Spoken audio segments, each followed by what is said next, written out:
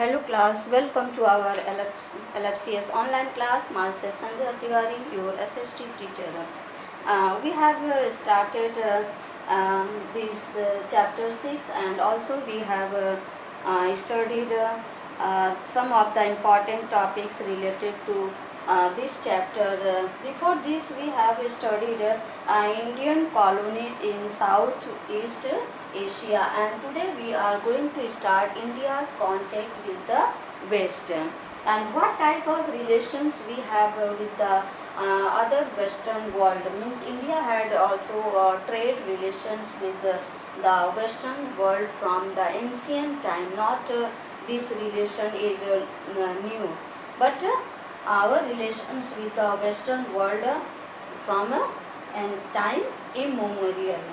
And there were great demand for Indian luxuries like pepper, spices, fine muslins, perfumes, and so many things. So let's start today's topic, that is India's contact with the West. In fact, India had trade relations with the Western world from time immemorial. हमें मतलब कि हम लोग का relation जो है western country से बहुत पुराना है, ठीक. The Indus valley people had established commercial relations with Mesopotamia, जो कि नाउ इराक एंड इजिप्ट, जो कि हमारा जो इंडस वैली पीपल का जो जिन्होंने इस्टेब्लिश किया था अपना कॉमर्शियल रिलेशंस किसके साथ है, मेसोपोटामिया, जो कि इस समय क्या है, Iraq and also Egypt.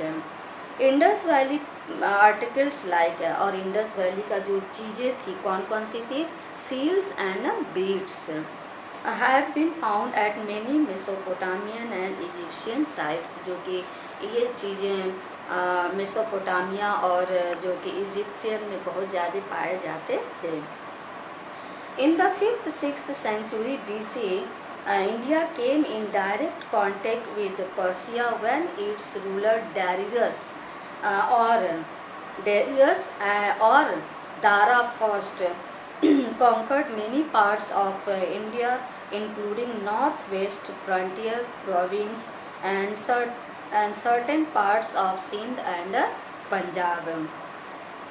And when you see in the 5th-6th centuries BC, you will find out that India's direct relations contact with Persian, हमारा जो आप देखेंगे 5th-6th century BC में इंडिया का जो रिलेशन था वो डायरेक्ट कांटेक्ट में आया, किसके साथ, पर्सिया के साथ.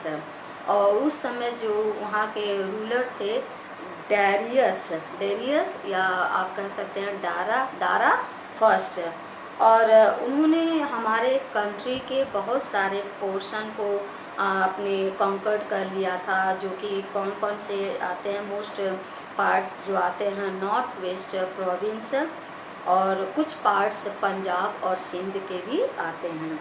The Indian territories according to the Greek writer Herodotus, जो हमारे इंडियन टेरिटरीज थे ये किसके अनुसार, जो हिस्टोरियन हेरोडोटस थे उनके अनुसार, बिकेम द 20th प्रोविंस, जो वो 20वां प्रोविंस बना, किसका, satrapy of the Persian king.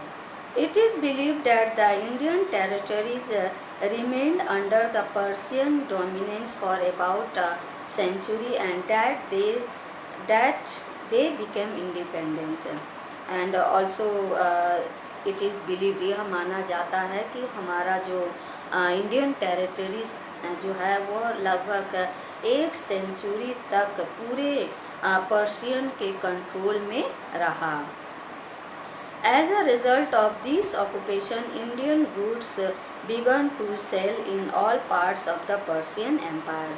और इस तरह से इसका रिजल्ट क्या मिला, इसका रिजल्ट यही मिला कि जो हमारे इंडियन गुड्स थे उन्होंने अपने पर्शियन एम्पायर में लगभग सारे पार्ट्स में उसको बेचना शुरू कर दिया.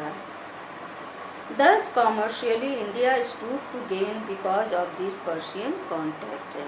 और इस तरह से हम देखें तो कॉमर्शियली इंडिया जो स्टैंड करता है और गेन करता है। क्या? बिकॉज ऑफ ये पर्शियन के कॉन्टेक्ट की वजह से ये गेन करता है। With Alexander's invasions of India in 326 BC, India came in close contact with the Greeks. ये अब इंडिया ग्रीक के भी क्लोज में आने लगा अलेक्जेंडर के समय में। When some of the Greeks stayed back and carved out their own empires like the Indo-Bactrian and Indo-Parthian, these Indo-Greek contact become closer। इस तरह से क्या हो गया, इंडो-ग्रीक का जो रिलेशंस था वो धीरे धीरे बहुत ही क्लोज होता गया।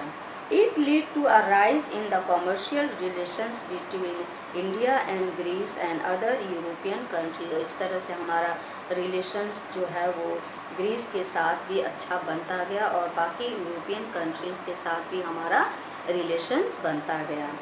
Indians gained knowledge from the Greeks in the field of coinage, और हमने भी उनसे बहुत सारे नॉलेज लिए, जैसे कि फील्ड ऑफ कॉइनेज के बारे में, एस्ट्रोनॉमी के बारे में, आर्किटेक्चर और sculpture. In the field of religion and philosophy the Greeks learn a lot from the Indians in return. अगर हमने उनसे कुछ सीखा तो उन्होंने भी रिटर्न में हमसे कुछ सीखा। जैसे कि उन्होंने क्या क्या हमसे सीखा, रिलीजन एंड फिलोसफी, इसके बारे में उन्होंने हमसे इंडियन से सीखा। When the Romans established their vast empire in the 1st century BC, जब रोमन ने अपना वास्ट एम्पायर इस्टेब्लिश किया किस सेंचुरी में, in the 1st century BC, तो उस समय क्या हुआ, किसके अंडर में, under Augustus Caesar and his successors, India's trade with the Roman Empire increased manifold। उस समय ऑगस्टस सीजर के समय में हमारा इंडिया का जो रिलेशंस था, जो कॉन्टेक्ट था रोमन एम्पायर्स के साथ, वो बहुत ही बढ़ चढ़ गया, बहुत ही ज़्यादा हो गया। There was great demand for Indian luxuries like paper, spices, fine muslins, perfumes, pearls, precious stones, especially the beryl, gem, ivory, tortoise shell, etc। और धीरे धीरे जो बहुत ज़्यादा डिमांड हमारे कंट्री के इंडियन गुड्स की बढ़ती गई, जो लग्जरीज है, जो शानदार चीज़ें थी, वे सब की डिमांड बढ़ती गई। जैसे कि हमारे यहाँ की स्पाइसेस मोस्ट है, ओके, और मुस्लिन जो कॉटन, थिन कॉटन क्लोथ है, ओके, उसकी डिमांड बढ़ती गई। परफ्यूम्स, जो पर्ल जो मोती होते हैं, और जो प्रीसियस कीमती पत्थर, और भी कई सारे चीज़ों का जो डिमांड थी वो बढ़ती गई। In return the Romans exported to India large numbers of gold and silver coins. और ये लोग हमसे, हमारे यहाँ से सामान ले जाते थे, लेकिन फ्री में नहीं ले जाते थे, वे भी अब सामान के रिटर्न में हमें क्या देते थे, gold and silver, okay, silver ornaments, wine, various types of pottery, large glass jar, bowls, bronze statue, bronze pots and bronze statues, steel yard, etc। इन सारी चीज़ों को वो हमको हम अपने देश से देते थे। और lead in the shape of wild street seems to have also been imported from Rome. और लीड भी से हमारे यहाँ आता था, जिसको सातवाहनाज ने किसको कॉइन्स को बनाने में यूज करते थे। उसी कॉइन को वो उसी लीड को कॉइन्स बनाने में यूज करते थे। कौन यूज करता था? सातवाहनाज rulers. Pliny, a Roman writer who wrote an account in about 77 AD, complains that every year the Roman Empire was deprived of 50 lakh sesterces, or means 500,000 sterlings, as a result of this trade, and they are getting so much of a benefit.